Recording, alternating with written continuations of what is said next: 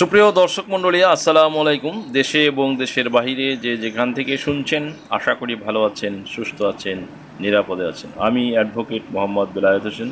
আমার আইন বিষয়ক চ্যানেল লিগ্যাল নলেজে আপনাদের সবাইকে জানাই সুস্বাগত। ভিউয়ার্স, লিগ্যাল নলেজ বেসিক্যালি একটি অলাভজনক আইনি সেবা প্রদানকারী চ্যানেল। এই চ্যানেলের মূল মিশন এবং ভিশন হলো আইনি পরামর্শ সাধারণ মানুষের কাছে পৌঁছে দেয়। ভিউয়ার্স, লিগ্যাল নলেজের ধারাবাহিক আলোচনায় আজকে যে টপিকটি নিয়ে আলোচনা করব তা আপনাদের জন্য খুবই ইনফরমেটিভ হতে চলেছে। সো ভিডিওটি স্কিপ না করে সম্পূর্ণটি দেখার জন্য রিকোয়েস্ট করছি। আরও রিকোয়েস্ট করছি, চ্যানেলে যারা নতুন, চ্যানেলটি লাইক, শেয়ার, কমেন্টস এবং সাবস্ক্রাইব করে পাশে থাকা বেল আইকনটি প্রেস করে দিন, যাতে পরবর্তী ভিডিওর নোটিফিকেশনটি খুব সহজেই পেয়ে যান। সো আর সময় নষ্ট না করেই মূল আলোচনায় চলে যাই। Let's get started. ভিউয়ার্স, তিনটি কারণে পিতার সম্পত্তি কন্যা আর পাবে না। ভূমি আইনে কন্যারা হচ্ছে বঞ্চিত। শত সহস্র চেষ্টা করেও কন্যা বা কন্যাদের পরবর্তী ওয়ারিশগণ যে কোনো পদ্ধতি অবলম্বন করুক না কেন, as many method as possible, তারা যদি কোর্টে মামলা মোকদ্দমাও করে, তবু তিনটি কারণে তারা পৈতৃক ভিটার থেকে সম্পত্তি পাবে না। কোন সেই তিন কারণ, আজকের ভিডিওটিতে তা পর্যায়ক্রমে আলোচনা করব। সুপ্রিয় দর্শক, আমরা যুগ যুগ ধরে শুনে আসছি যে মৃত পিতার বা মৃত মাতার সম্পত্তিতে কন্যারা সম্পত্তি পাবে, পুত্র সন্তানরা যা পাবে কন্যা সন্তানরা তার অর্ধেক পাবে। কিন্তু হঠাৎ এমন কথা শুনে কন্যা সন্তানদের মাথায় আকাশ ভেঙে পড়ার মতো অবস্থা।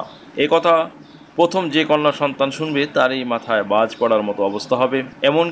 এমনটি হলে তো কন্যা সন্তানদের জন্য বিষয়টি অত্যন্ত ভাবনারই হয়ে দাঁড়ায়। আসুন তাহলে আসল সত্যটাই উদ্ঘাটন করা যাক। আসলে সত্যি কথা বলতে কি, সাধারণত কোনো সন্তানকেই সম্পত্তি থেকে বঞ্চিত করা যায় না। এটা মুসলিম ফরয়েজ অনুযায়ী কোনো ব্যক্তি সম্পত্তি রেখে মারা গেলে ওই সম্পত্তির প্রতি মৃতের ওয়ারিশ তথা ছেলে বা মেয়েদের মধ্যে 2:1 অর্থাৎ 2:1 হিসাবে হিস্সা অনুসারে ভাগ বন্টন হয়ে থাকে। এই ক্ষেত্রে কোনো ওয়ারিশকে কোনোভাবেই বঞ্চিত করার উপায় নাই। তবে তিনটি বিশেষ কারণে সম্পত্তি কন্যারা আর পাবে না। আজকের সম্পূর্ণ ভিডিওটি জুড়েই রেসপেক্টিভলি ডিসকাস হবে এই ভাইরাল টপিকটি নিয়ে। সাধারণত কোনো সন্তানকেই সম্পত্তি থেকে বঞ্চিত করা যায় না বন্ধুরা। পবিত্র কুরআন শরীফের সূরা নিসার 11 থেকে 13 নং আয়াতে স্পষ্ট করে বলা আছে যে কোনো ব্যক্তি মারা গেলে ওই সম্পত্তির উপরে তথা মৃত ব্যক্তির সম্পত্তিতে পুত্র এবং কন্যা 2:1 অনুসারে পাবে। এভাবে সম্পত্তি বন্টন হয়ে আসছে। এক্ষেত্রে কন্যাদের কোনোভাবেই বঞ্চিত করার সুযোগ নেই। তবে সম্পত্তি বন্টনের ক্ষেত্রে মুসলিম ফরয়েজ অনুসারে আমাদের যে নিয়ম বলে দেওয়া আছে তা হচ্ছে, মৃত ব্যক্তির সম্পত্তি বন্টনের আগে সেই সম্পত্তি থেকে কিছু দায় আগে মেটাতে হয়, যার মধ্যে রয়েছে মৃত ব্যক্তির দাফন সংক্রান্ত ব্যয়ভার মেটানো, মৃত ব্যক্তির কোনো ধার দেনা তথা ঋণ, স্ত্রীর মোহরানা সহ থাকলে তা পরিশোধ করা এবং মৃত ব্যক্তি দান ও ওসিয়ত বা উইল করে থাকলে তা সম্পত্তি থেকে মেটানো। তবে উইলের ক্ষেত্রে এর পরিমাণ মোট সম্পত্তির 1/3 বেশি হবে না। এসব বিষয় মেটানোর পর বাকি সম্পত্তি মৃত ব্যক্তির উত্তরাধিকারীদের মধ্যে বন্টন হবে। কোরআন শরীফের সূরা নিসার 11 থেকে 13 নং আয়াতে বন্টনের ক্ষেত্রে মুসলিম ফরয়েজ অনুসারে নির্ধারিত ওয়ারিশদের বন্টনের পর অবশিষ্ট ভোগীদের অংশ দিতে হবে। আমরা জানি মৃত ব্যক্তির সম্পত্তি স্ত্রীকে দেওয়ার পরে মোট সম্পত্তি থেকে বাদ দিয়ে যে সম্পত্তি থাকে এর মধ্যে থেকে 2:1 হিস্সা অনুসারে পুত্র ও কন্যাকে দিতে হবে। যদি মৃতের 1 পুত্র ও 1 কন্যা থাকে তাহলে 3 ভাগ হবে, তাহলে 2 ভাগ পুত্র ও 1 ভাগ কন্যা পাবে। আর যদি 1 পুত্র ও 2 কন্যা থাকে তাহলে 4 ভাগে বিভক্ত করতে হবে। 2 ভাগ পুত্র ও 1 ভাগ পাবে কন্যারা। এভাবে পুত্র ও কন্যার সংখ্যা অনুপাতে বন্টন করার পর আশাবাদের মধ্যে বন্টন করে দিতে হবে অবশিষ্ট অংশ। তবে কোনো ব্যক্তি মারা যাওয়ার পর যদি পুত্র না থাকে, শুধু কন্যা থাকে, তবে তা সম্পত্তির অর্ধেক অংশ পাবে কন্যা। এটা পিতার সম্পত্তি থেকে যেমন পাবে তেমনিভাবে মায়ের সম্পত্তি থেকেও অর্ধেক পাবে। যদি কন্যা একজন থাকে, পিতার থেকে যেমন পাবে মায়ের কাছ থেকেও তেমনি একইভাবে পাবে।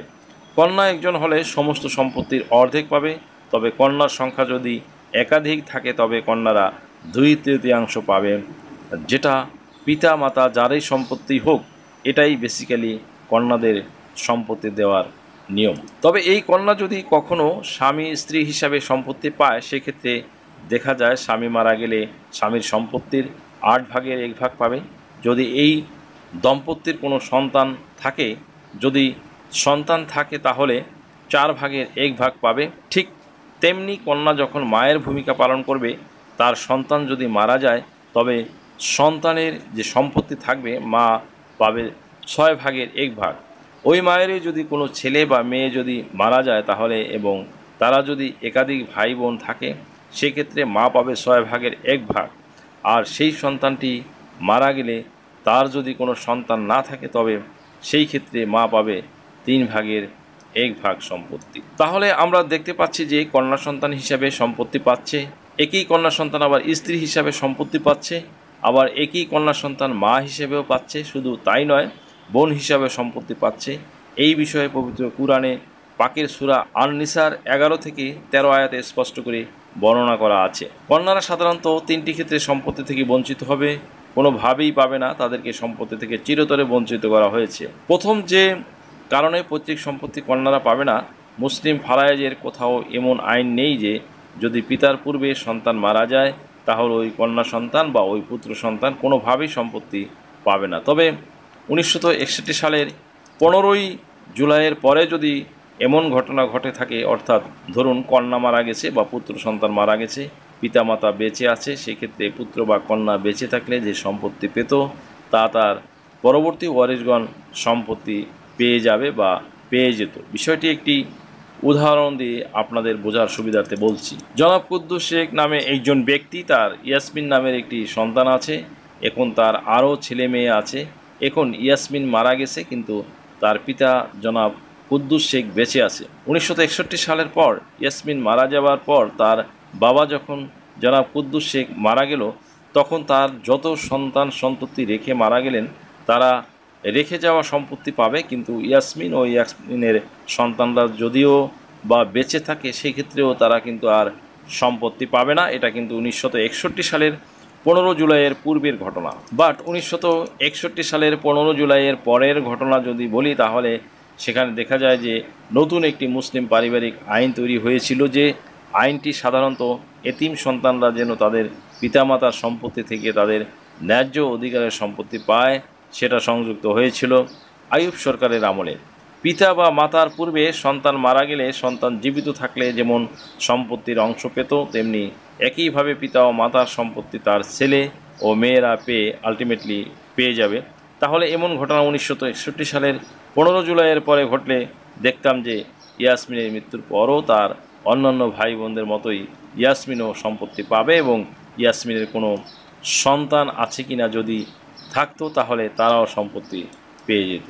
আর যদি ঘটনাটি 1961 সালের 15 জুলাইয়ের পূর্বে ঘটতো তাহলে দেখতাম ইয়াসমিনের মৃত্যুর পর তার অন্যান্য ভাই বোনদের মতো সে তার পৈতৃক সম্পত্তি পেত না এবং ইয়াসমিনের কোনো সন্তান ছিল কিনা যদি থেকে থাকতো তাহলে সেও পেত না। প্রিয় দর্শক মণ্ডলী, এখন যদি ঘটনাটি এমন হয়ে থাকে যে ঘটনাটি 1961 সালের 15 জুলাইয়ের পূর্বের ঘটনা হয়ে থাকে এবং ইয়াসমিনের সন্তানরা যদি শিক্ষায় দীক্ষায় জ্ঞানের অধিকারী হয়ে মনে করে থাকে যে এখন নতুন ভূমি আইনের আওতায় ওয়ারিশদের সম্পত্তি বন্টন করে বুঝিয়ে দেওয়া হচ্ছে নির্বাহী ম্যাজিস্ট্রেটদের মাধ্যমে এবং ইয়াসমিনের সন্তানরা ব্যবস্থা নেবে, তাহলে কিন্তু কোনো লাভ হবে না।